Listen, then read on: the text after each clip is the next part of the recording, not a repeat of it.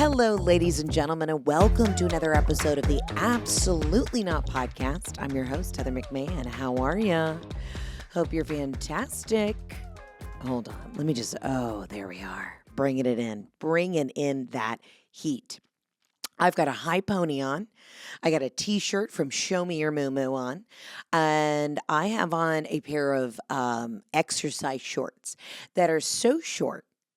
Both of my labias are just out. You know what I mean? It's one of those, like a pair of 80s. Hold on, I'm going to stand up.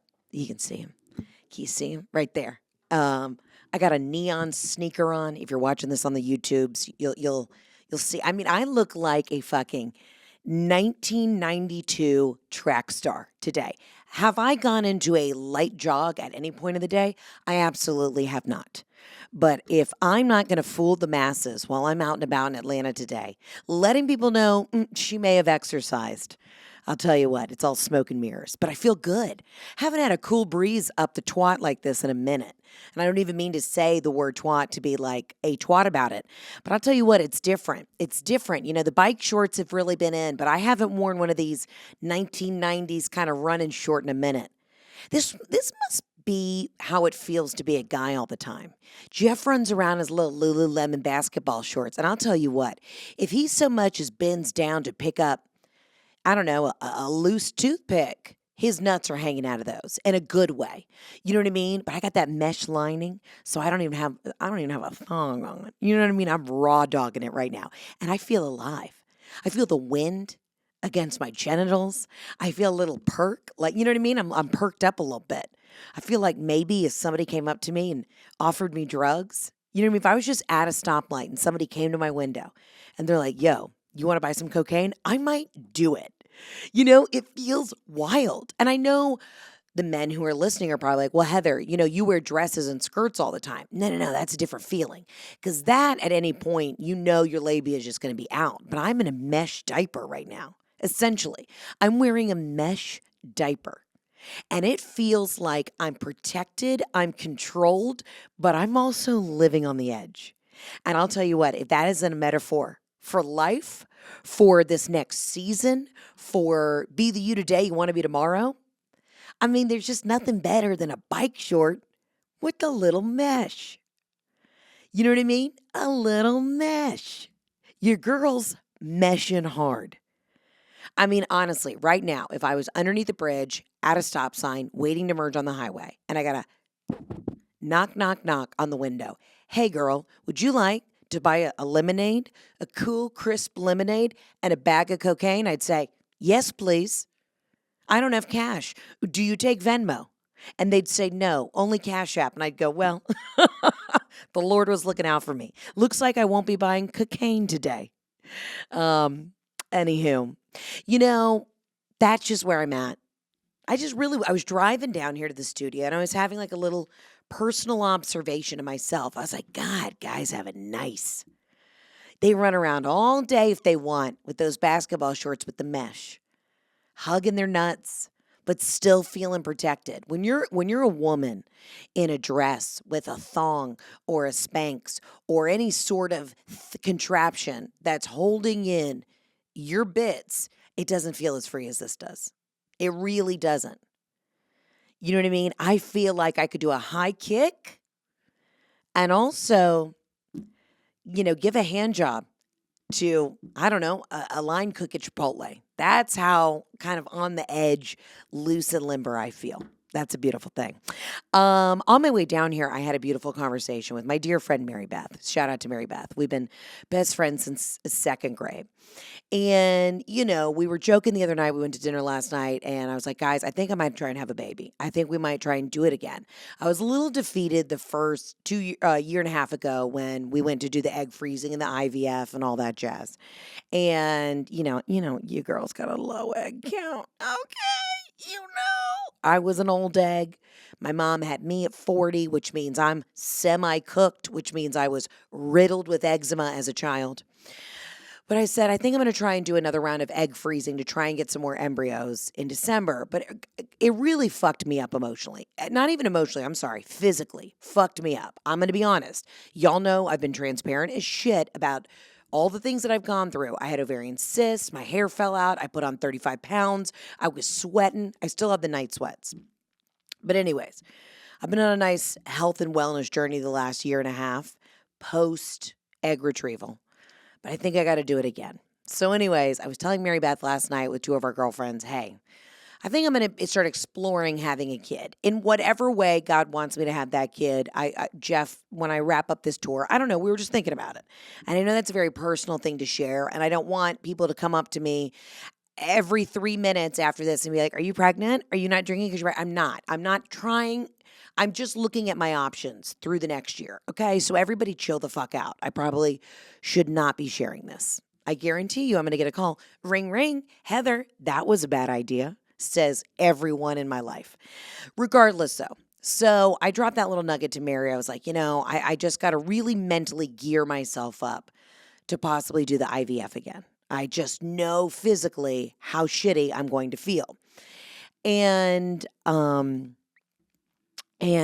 Anyways, so I call Mary Beth on my way down here, and we kind of have this thing every day at 1:00. She's picking up her son from whatever camp he's going to this summer.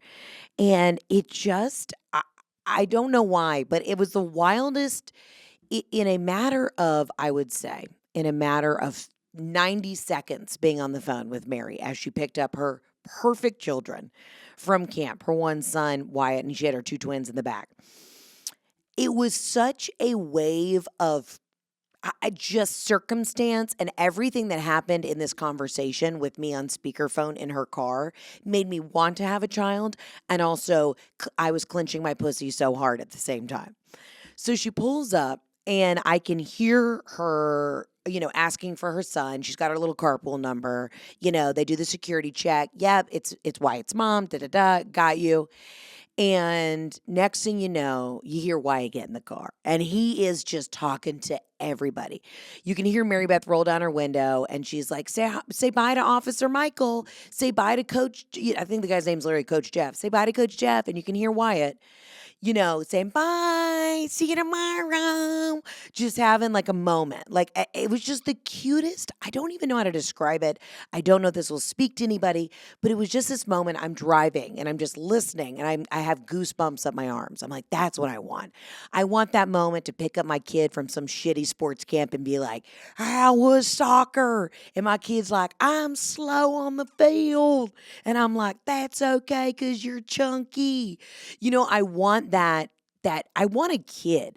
I'm not craving the baby and saying craving baby. I'm sure someone's going to take that one specific line, twist it on TikTok and be like, Heather's in the Illuminati.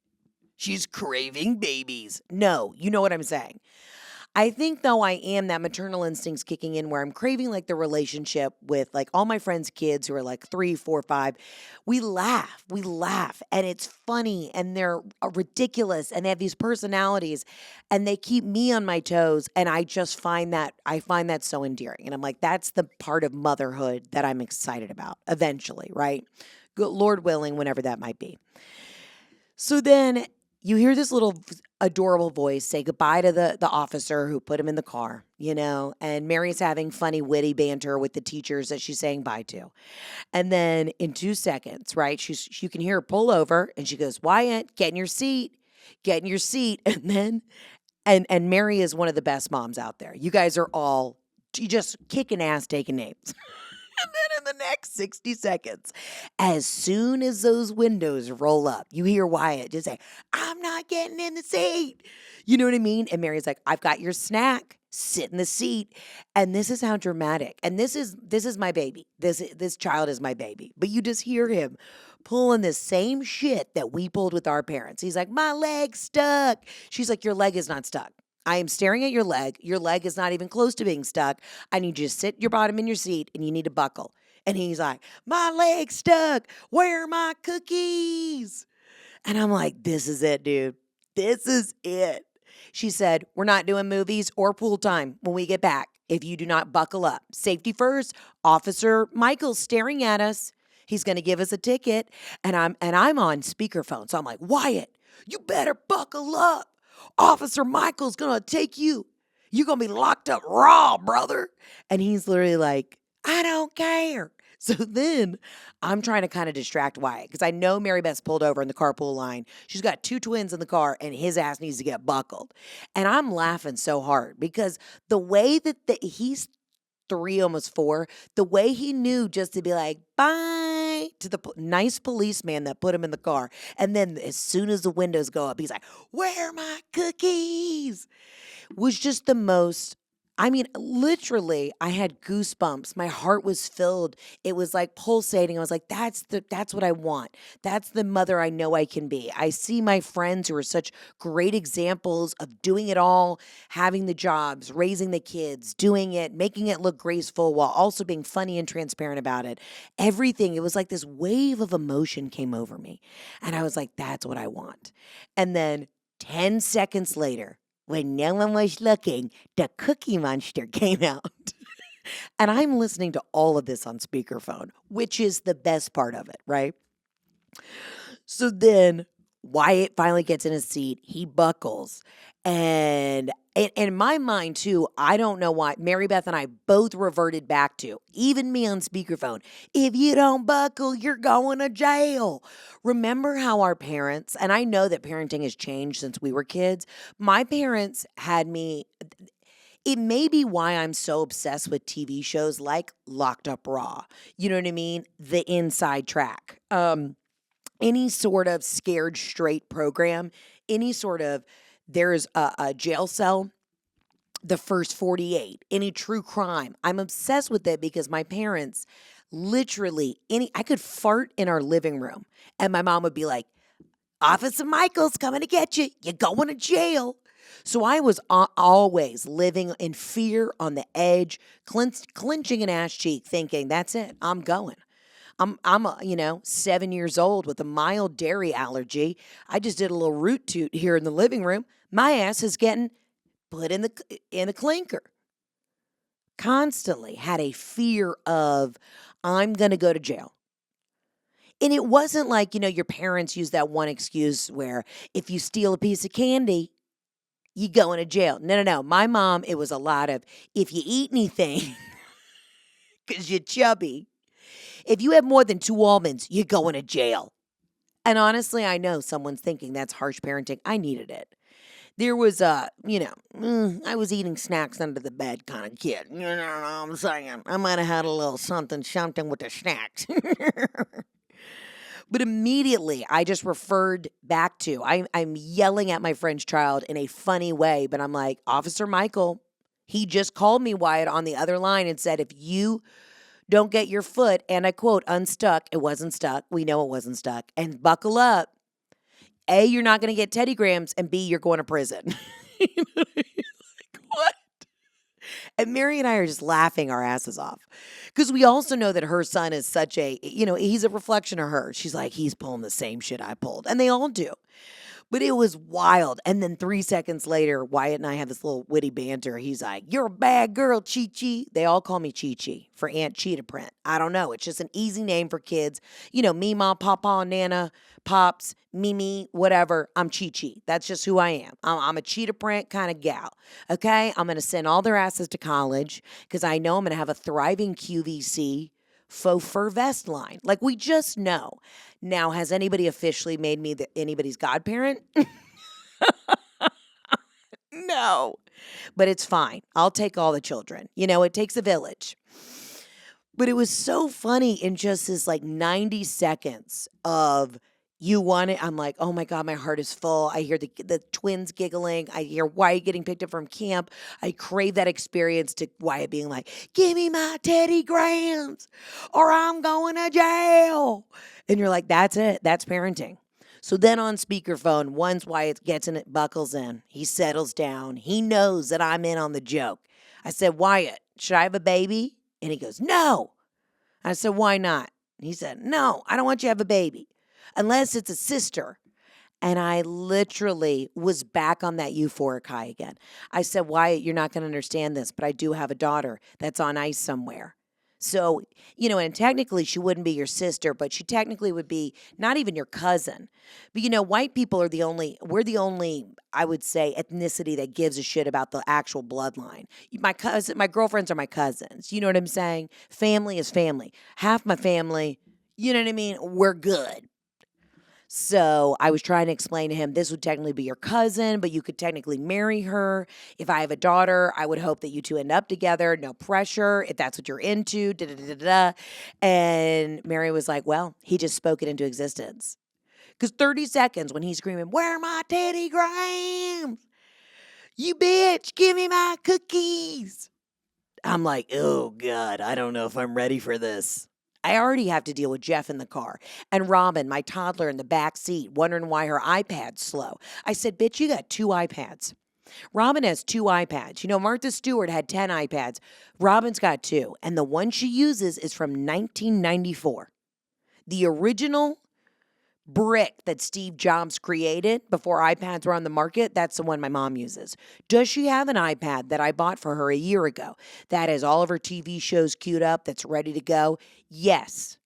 Does she use that one? Sure doesn't. So I'm already kind of well versed in motherhood. I always have a toddler in my backseat asking a billion questions, needing a snack or a glass of wine. So I feel like I'm ready in a sense of I know what it's like to be exhausted. I do. You know what I mean? The road life is not for the weak. I've got already kind of, a saggy titty, if you will. So, what's a little more sag? You know what I mean? Shout out to my girls. Anyways, I just had just a whirlwind of emotion. And I'm like, that's parenting. In 90 seconds, your kid could tell you you're the best mommy in the world and then throw Teddy Grahams in your face and be like, fuck you. I'm going to jail. Fuck you, Mom. Okay, I dare you. Call Officer Michael. Tell him I'm ready to go. And then last night when we picked up Mary Beth to go to dinner, Wyatt came out of the house. We FaceTime every day. He's my boy. We FaceTime and he comes out of the house in a Hulk costume that's 2 sizes too small. And he runs up and gives me a hug and gives me a little kiss on the cheek. He says, I love you, Chi-Chi. And I'm like, I need a baby. It's wild. It's wild. I definitely know, and I've said this before, and I don't mean to I probably should have just talked to my therapist about this, but I just feel like there's so many people who are either about to have children or on the fence or have children that are in the thick of it that call me and they're like, all my girlfriends, we laugh, but I've also been the sounding board for the last 4 years of all my friends who had kids. I'm their escape. And now I'm about to maybe dive in head first into the deep end, and experience the brownouts. I mean, half my friends, they call me, well, we last at the pool 3 minutes and then somebody's kid just took a hot turd in the shallow end. I'm not ready for my pool to be ruined. You know what I mean? I'd like my saltwater pool. But I don't know. I just know that so many of y'all will relate to that. And it's a wild thing, and everybody says there's never a right time. Well, physically, I had to figure some things out. You know what I mean? Physically, I at least got to try and get another egg on ice, whether it's going to happen tomorrow or whenever. So, shout out to my girls who deal with infertility. Shout out to the people who DM me every day. A baby would look good on you. Hey, you want to go ahead and fix the ovary that exploded? I'd love that. So anyways, and it's wild too. When I'm out nowadays, I was out at dinner the other night and I wasn't drinking. I just didn't want to drink. Imagine that. Imagine that. I was like, I'm driving. I drove here. I'm not even going to deal with it. Give me a Pellegrino with lime. And I had 6 people ask me, are you pregnant? I was like, no. If I'm pregnant, if I pee on a stick, I'm letting you know. I will literally pee on the stick and put it on Instagram. I can't keep a secret. Hence why I'm having this emotional discovery with y'all, whether or not I should have a kid. I don't even know. I don't even know why I'm telling you this. This is when I realized that there is no personal boundary between how I feel in my private life and what I say on the podcast. And that is a problem. Should have kept it to myself. But I hope you know that when you DM me, a baby would look good in you and all those things, I already feel the same way. I know I'm going to be a great mom because I was able to tell a 3-year-old today that if he didn't get buckled in his seat, he was going to be locked up raw. And he wouldn't be able to go to the University of Georgia and possibly play soccer the way he thinks he wants to because he would have a bad rap sheet. And kids don't get into college when they've done hard time. That's a conversation I had with my pseudo godson today. And honestly, if y'all have a problem with my adjacent style of parenting, that's the way I was raised. My mom was like, "You're going to jail because you fought it in the living room." And I'm like, "I'm allergic to cheese. And we're Italian. There's so much cheese and everything." So if you don't like it, well, don't come to my daycare. Anyways, listen, we got a lot of voicemails. We're going to rip into these. I need you to know that the voicemails bring me so much joy. I mean, y'all are, even when I think I'm having like an unhinged, unwell, maybe like my thoughts are not fully together, y'all call into the hotline and then I realize, I mean, we're all getting dumber together. So that's a good thing. But I want to hear what absolutely not y'all have. Also, if I will block you if you DM me and say, "A baby would look good on you." I know. Okay, I know. Relax. All right, let's get into the voicemails. As always, you can call in 800-213-7503.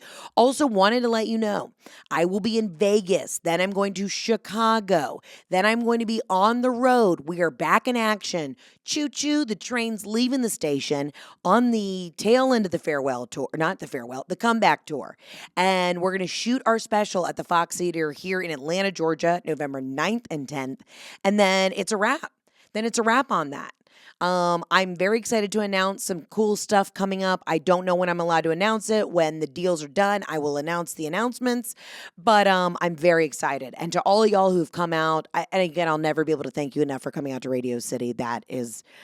There's no way I could ever there's no way I could ever repay you. And I'm just so grateful to everybody who's bought tickets to the fall tour. Let's go out with the bang, baby. Let's go out with the bang. All right, let's get to the voicemails. Hi, Heather. This is Dan in D.C. My first time calling. I have a complete absolutely not for you. So I was on the train this past Saturday from D.C. up to New York to celebrate a friend's birthday, which was fantastic. However, we board the train. It's like 8 o'clock in the morning. The conductor, we pull away from the station. The conductor gets on the loudspeaker and says, "Hello, good morning, ladies and gentlemen. I refer to myself as the historian conductor." And then he proceeded to, for 2.5 hours on the train, give historical facts about places we were passing. So pulling into Baltimore, he's giving facts about the history of Baltimore. No need. Then get into Pennsylvania, gives us facts on Civil War battles that happened in Pennsylvania. Yeah. Pulls into Philly, gives a long history of how that was the capital of the United States and the Liberty Bell and everything. We don't want to know all of this. I do a little. Please just get us to New York City. Please, absolutely not to the mindless talking. Finally, as we crossed into New Jersey, I think somebody in the quiet car asked the conductor to stop because he got on and said that he was stopping giving his updates. But, oh, my gosh, it was an absolutely not. Anyway, love you, love and light. Thanks for all you do. You've gotten us all through the last 3 years. Couldn't have done it without you. Thanks. Bye. Dan, oh man, what a journey. First of all, no one needs to know the history of Baltimore. I've been there. They haven't fixed anything since the 1800s. I'm being honest, okay? I'm letting you know. A morning train, the hustle and the bustle to get there, already traumatic. Then, here's the thing. How do I want to phrase this? I got to be honest with you. While you wouldn't have wanted to have heard any of that, I think that's a beautiful experience for that guy. Think about it. He's probably an older gentleman. He's a train conductor. The joy of his life is giving you a history lesson about how crabs took over the state of Baltimore. That's a city, the state of Maryland. His little spiel on the Liberty Bell is probably what he jerks off to at night, right before he goes to bed in his house alone. So, as much, as annoying as that was, you got to put yourself in his shoes for 2 seconds. He's on the train to the end of his life, just trying to rewrite history. God, I'm so good at this. I know that's annoying. I know it was early. You couldn't have put in the AirPods. You couldn't have put on the Beats by Dre and just listen to anything but. I mean, I hate to silence an elder. I also hate to silence anybody who works for Amtrak. Because I don't know if you know this, but the train situation hasn't been great recently. I mean, you're just lucky that thing didn't go off the tracks. Listen, if it was something where like you're in an airplane and the only way the pilot was going to stay awake and make sure that you didn't hit, I don't know, another plane is that he needed to, recite First Corinthians over and over again, I would put on my earbuds and just do my best. So sometimes we get annoyed. It's like when you're sitting at Thanksgiving with your grandma and she tells the same story over and over and over again. You know what? That's the memory she has. And so, listen, we better be so happy that this guy's taking his ginkgo biloba and that his mind's fresh and sharp. And I'm not here elder shaming, but I'll tell you what, I live with a 75-year-old toddler who's sharp as a tack. And the day she starts slipping, I won't be able to handle it. So if I need to listen to the same stories about Eastern Airlines 45 times in a row because that brings her joy, I'll let her do it. You know? My mom said the other day, you're being short with me. Oh, Heather, you're being a bitch. And you know what? I apologized. I was. I grabbed her little brittle arms and I brought her in tight and I said, I don't want to squeeze too hard because then you'll be bruised and then I'll be locked up raw. But you know what? He needed that. You know the joy that guy gets from getting on that train? And he's like, I'm doing my usual route. I'm going from Boston to the big city. And it just brings him so much joy. Now, could he be a little more entertaining? Sure. Could he have done an abbreviated version? Could it be he just gives you 5 bullet point facts as he's rolling into town? Next stop, Baltimore. The only thing you need to know about this town is it's not great. You know what I mean? I feel, and that's no hate, no shade to Baltimoreans, but I don't fuck with you. I'm kidding. I love you. I'm just fucking around. I don't know if maybe we need to have somebody, pull him aside. Hey, Carl, we love the enthusiasm, but people are trying to work on the morning train. So maybe we could leave it to little 5-minute increments. But I don't want to just go in and crush an elder's dream. I got asked recently, this is kind of fucked up, but I got asked recently, somebody was like, why don't you post more photos of your dad? And you know what my direct response was? I was like, because I don't have any more. Because he's dead. I don't have any recent photos of my dad because he's dead. All of the memories of my father stopped the minute he died.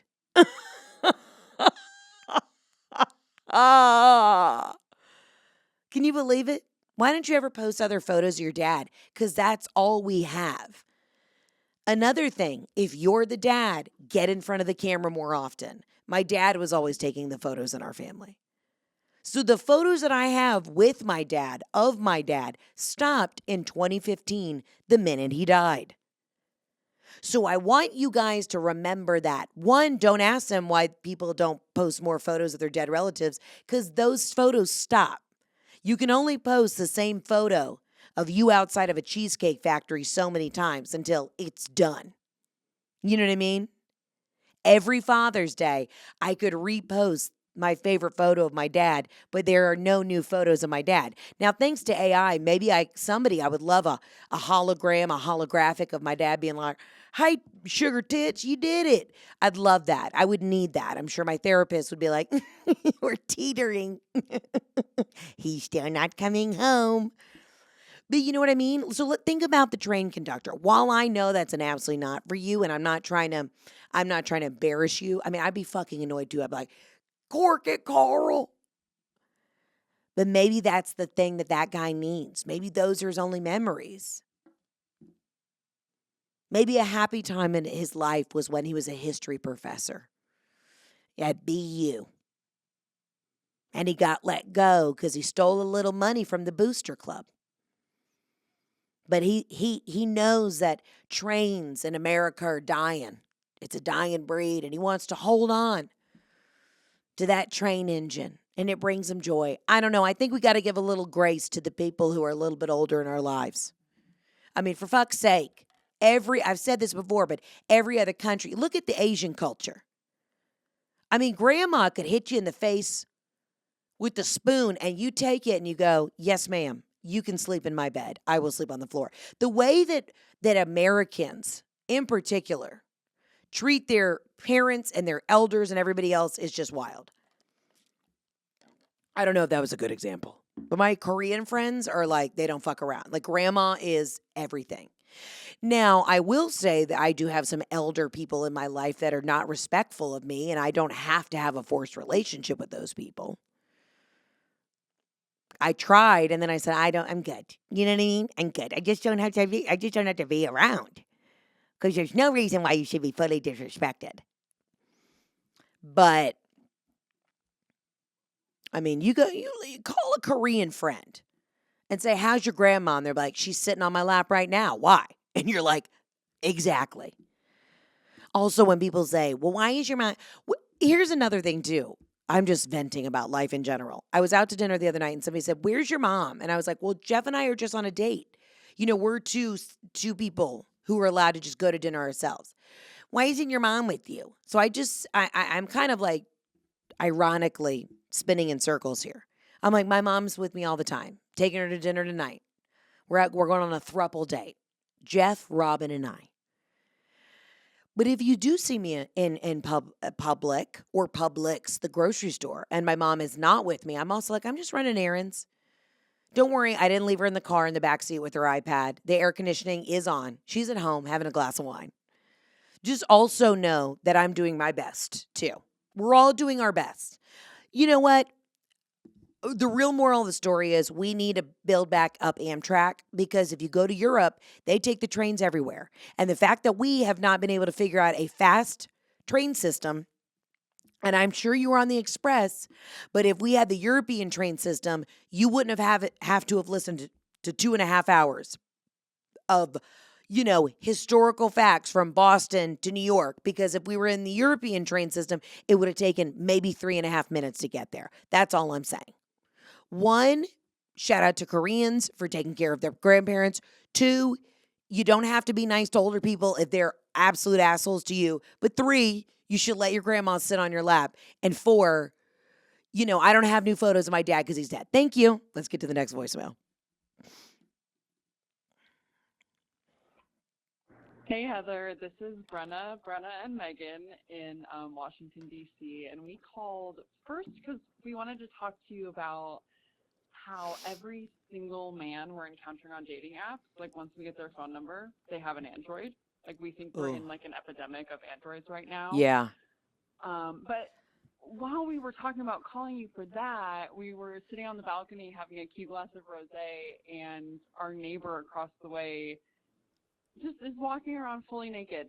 What do you mean? Fully naked, and he does not care. And so we're trying to decide, like, does he not understand that walking around naked with all the blinds up people are going to see? Or does he, and he's just a pervert, So I don't know if Brenna or Megan have anything to add to this other than absolutely not. Mm-hmm. Just absolutely not to Android and absolutely not to men walking around with their blinds wide open. Question mark?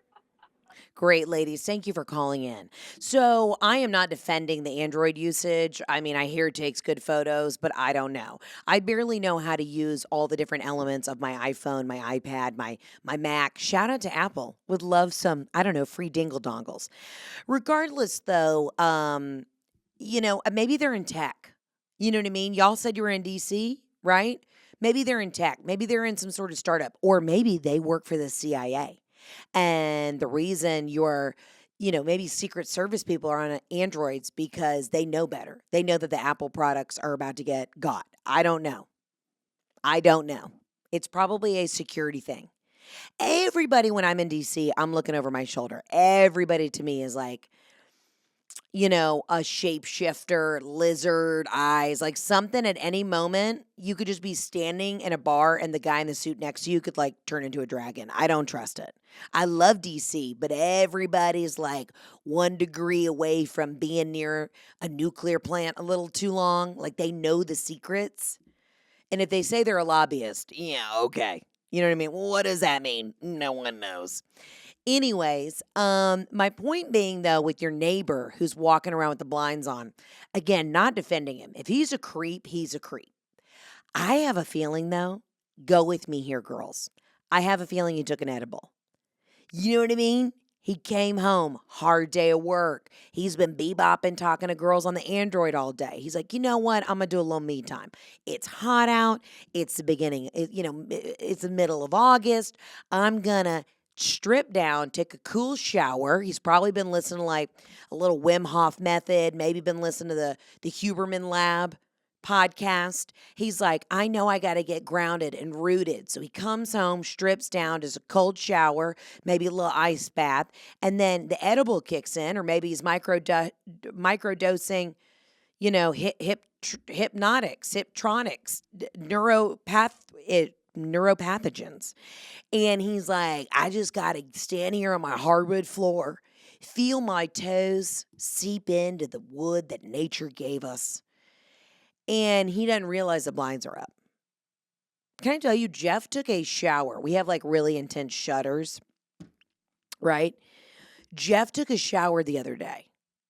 All the lights on in our thing. The shutters were wide open and it was like dusk. So if you're like looking in, and the house next to us is pretty far away. But I walk in the bathroom, I go, Jeff, our neighbors are literally watching you pressure wash your testicles right now with that shower hose. He's like, I didn't even think about it. So I'm not making excuses. This guy could very well be a pervert. Go on some sort of on the internet. Make sure he doesn't have some sort of rap sheet for being a felon, a creepy felon. But if he doesn't, I think the broad just came home and forgot the shades were up. You know what I mean? I think the edible kicked in. Dude, do you know how many times I have been high walking through my kitchen in my underwear and I've caught a glimpse of myself in the window? The lights are down. I mean, it's dusk, but I catch a glimpse of myself in the window and I just throw up a bow like I'm ready to fight. And then I'm like, oh, dude, that was me. I'm so high right now. And there's sometimes, when you do feel a little too comfortable in your own home, you're like, they can't see me. Listen, this is an old theater rule for anybody who's listening. Their old theater rule is if you can see them, they can see you. So when I'm backstage and I'm to the side and I peer out to see how like people are filling in, like if we should start the show on time or if the bar line's too long, if they see me, I can see them. If I can see them, they can see me. So that's a rule of thumb in your house too, dudes. Listen, if you're walking around, balls out, smoking a bowl, I can see you, brother. If you can look out and go, oh, shit, Carla got a lot of Amazon packages across the street. She can see you. And then if you sit down on your couch and start jerking off, we can also see that. And then that's why that person is probably on some sort of sex offender registry. So definitely, I'd Google it. I think it's an easy Google. But regardless, bras, if you're listening, come home, do your ice bath, at least put on a towel, put on a boxer. Don't be walking around with the windows up. I don't care if you're high. I don't care if you're microdosing. I don't care if you had 2 white wines and you're just feeling frisky. Keep your things in your home and don't be a douche. Okay, great. The Android thing, I don't know. I think maybe we should all be on Androids. Maybe we're turning into Androids. I don't know. Let's get to the next voicemail. Oh, hold on. Let me find it. Hi, Heather. This is Laura from Michigan. Hey. And this is a redo because the first one didn't do it justice. So I have an absolutely not, and that is going to the club pool and getting yelled at. So I was using a pool noodle with my 4-year-old, and apparently it's medical grade. And the lifeguard yelled at me because she didn't want my 4-year-old to break it. First of all, what the fuck is a medical grade pool noodle? Second of all, I then asked her, are you going to tell the 80-year-old men in the deep end to get off the pool noodles so they don't break them because they weigh a hell of a lot more than my 4-year-old does? And the lady got on her walkie-talkie, the lifeguard, I mean, and she didn't know what to say. She said, I don't make the rules, ma'am. I just follow them. It's a gray area. And I said, I'm going to get out and eat. And then I'm going to leave this place. Love and light. Bye. Wait a minute. I love that after you were like, you're trying to go tit for tat with this fucking, 18-year-old lifeguard. And you're like, well, why are the people in the deep end on the medical grade pool noodles? Why? And then she's like, I don't know. And you're like, fine, I'm going to go eat. Do you know how many times I have had arguments with either my husband, my sister, my mom, whomever in my life, where the button on that argument is agree to disagree. I'm going to go eat. You know what? I'm going to go eat. Oh, okay. Oh, you didn't make the rules. You just follow them. Well, you know what I'm going to do? Follow the buffet line. I'm going to go eat. I'm going to go eat. I mean, first of all, we already know that we don't give lifeguards enough credit, and we also give them too much credit. I mean, when I think about the lifeguards at my pool growing up, they were eating full ham sandwiches. They had the Tamagotchis. They were on the Blackberries. They were never looking out for a life. Now, a beach lifeguard, Baywatch style, that's a whole nother thing. But a country club pool lifeguard, you and I both know, they out there to flirt. And you know what I'm going to do? I'm going to go eat. There's nothing worse than when somebody says, well, I don't make the rules. I just follow them. I didn't make the rules. Well, I didn't make the rules. Well, maybe you should have a team meeting in the back room and we should make some adjustments. You know what I'm saying? My thing is make everybody do a swim test. You know what I mean? Okay, you come to the pool. You got to tread water for 3 minutes, hands above head. If you can do it, that gives me enough time as a lifeguard to put down my ham sandwich gently, slowly climb down the ladder. Like if something really bad were to happen and I'm like, okay, now I can get in. I'm going to go eat and then I'm going to save your life. You know what I mean? That's all I'm saying. That is all I'm saying. I love that though. Anytime there has been a rough moment in my life, I stress eat. I never lose my appetite when I'm stressed. I stress eat. That's going to be my new catchphrase in life. I'm going to go eat. Oh, I'm sorry. You want to give me bad medical information? Bad medical news? What was that? I got a week to live? I'm going to go eat. Oh, you're ready for a divorce? Okay, I'll see you in court and then I'm going to go eat. Easy, breezy. Give me a Sammy. I also just love how you knew going into this argument with this, like, whatever dipshit lifeguard, you're like, you know what? I'm going to let her know that I'm leaving the beef in the pool, but then I also got a roast beef sandwich in my Yeti cooler that's sitting right under that umbrella. I'm going to go eat. You know what I'm going to do? I'm going to eat. That shit makes me laugh so hard. Dude, you got her. You told her. When in doubt, have your final word. Be like, and that's why your mom's a whore. Let me go eat. Imagine if you were in an actual argument. Like, back up. Your mama is a whore. Let me go eat. And just imagine. Imagine if you were walking down the streets of Baltimore and you saw two dudes going at it. I'm going to get you. I'm going to go eat. You'd be like, damn. Shit's not going to be good after lunch. I love that. That brought me joy. Also, I don't know what a medical grade pool noodle is. I'm going to guess it's got some sort of weight for people who are doing like water aerobics. So, in defense of the lifeguard, she probably didn't want your 4-year-old being weighed down by a medical grade pool noodle. You know what I mean? It's like a medicine ball. Medical grade pool noodle, medicine ball. It was probably some sort of weighted thing that this, silver sneakers community needed for their water aerobics. She's probably trying to save a life and actually do her job. So you know what? Shout out to the country club pool lifeguards, who actually we don't give enough credit to, but I'm going to go eat. Let's get to the next voicemail. Hey, Heather. I'm going to say anonymous for this one.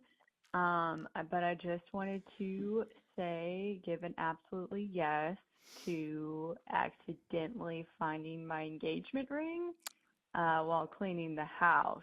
I'm too afraid to open it, but Bitch, open it. just wanted to say that, and that there's an episode a while back on your podcast talking about just like giving yourself grace about where you are in life. And I don't know, it just really resonated with me. So I just want to say thanks, girl, for being love and light in this crazy, crazy world.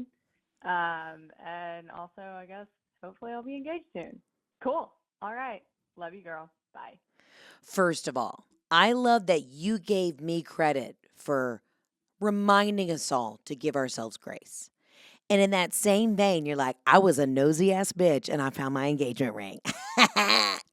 You know who I'm not giving grace to? My future fiance. Because he's stupid because he left the ring in a Home Depot bag in the backseat of his car. Wait. Oh, I'm so excited. I just got goosebumps. I got goosebumps. Ooh, I love it. I like it. I want some more of it. Listen. Guys, you got to realize, you're keeping your blinds open, you're walking around nude. You also got to realize we know the feeling a woman gets when she knows she's about to be engaged, proposed to, it's not like we have superhuman strength when it comes to motherhood, when it comes to our survival instincts. We also have just it's like I don't know, it's like a sixth sense, like an eye on the back of your neck, and you turn because you're like, I know where the ring is. You just know. And also, guys, I don't know how to tell you this. We're 3 steps ahead of you. We mature at a quicker rate. We know we've finally broken you down, when we have literally pushed down the fibers of your self-confidence to the point where we are like, you're trapped. And you know you're trapped. So where do you go? Zales. And you get a ring. I knew it. When I had my girlfriends harassing Jeff so much, when are you going to propose? When are you going to propose? Like, when are you having a baby? When are you having a baby? We know what we're doing. And I would sit at dinners and be like, stop, guys, stop asking him that. Stop asking Jeff, when are you going to propose? Babe, everybody is literally making me nuts. They're literally being like, when's Jeff going to propose? And I'm like, get off of him. He is working so hard. Let him be. And I would do the reverse psychology, but I'd be playing that seed. Like, babe, I have your back. Whenever you're ready, I'm ready. No rush. But it's got to be next week. You know what I mean? We know what we're doing. Dude, we're smart. Also, I think you should go back and look at the ring. I do. Like, and I know there's some people in their car right now being like, don't do it. Don't look at the ring. I think you got to look at it. You know what I'm saying? Now, I was surprised. I went and picked out this ring at Jeff's jeweler. Shout out to H&H Jewelry. And my ring had a different stone in it. And Jeff surprised me by, getting that diamond. But I went in, and Jeff was so upset. He did not want to go and try on rings. I was like, honey, I love you, but this is a financial investment. We've been together a long time. Can we just get what I want? And I went and I tried this ring on, and it fit perfectly. And he's like, but it's not a diamond in the middle. I said, well, it's got my birthstone. I don't care. I like unique stuff. And we looked at a couple things, and then he totally surprised me with that. He's like, but that's what you want? It was between that and another ring. And I was like, just give me what I want. But I love it. I love the surprise. It's like the Kristen Wiig character on SNL. When she gets so excited, she'd jump out of a window. That's how I'd feel for you right now. You know what I mean? Now, here's the deal. You already know the ring's there. You know what the next steps are. Keep a nice manicure. Get a spray tan.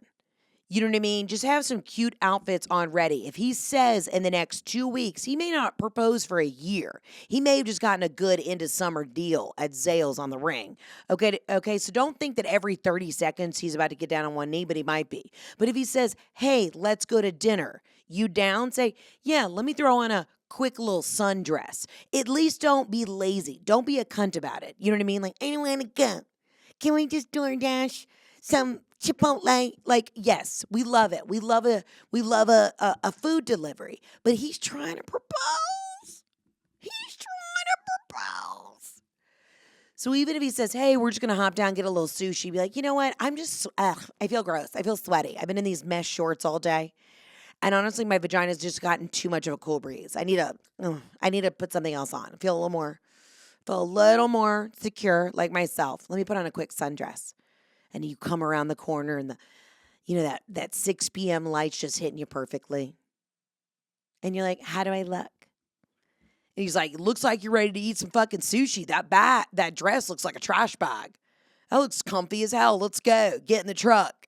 And you're like, tonight's the night. Jeff proposed to me in a swimming pool. And I knew it was happening because I just felt the energy shift. And I saw all these people getting out of the pool.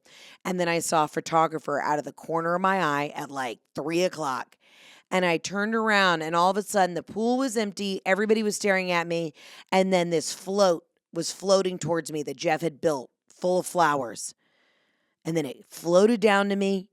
And I said, where's the ring? And he pulled a box out of his swim trunks. The ring was in the water. And he opened the box, and I screamed, I'm a Falcons wife. Because it was big. And the Falcons are the Atlanta's team. And all I told him, I said, listen, we've been together so long, I just want to feel like an NFL wife. And damn it if he didn't do it. And then I think I hit him and said, why did you have this fucking ring in the pool? And everyone clapped and cheered. And then I pushed him out of the way and took a solo photo shoot of my engagement photos.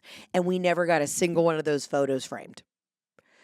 Can I be honest with you? We have the best wedding photos ever. Shout out to Brooke Johnson who took my wedding photos. But we still have not printed any out.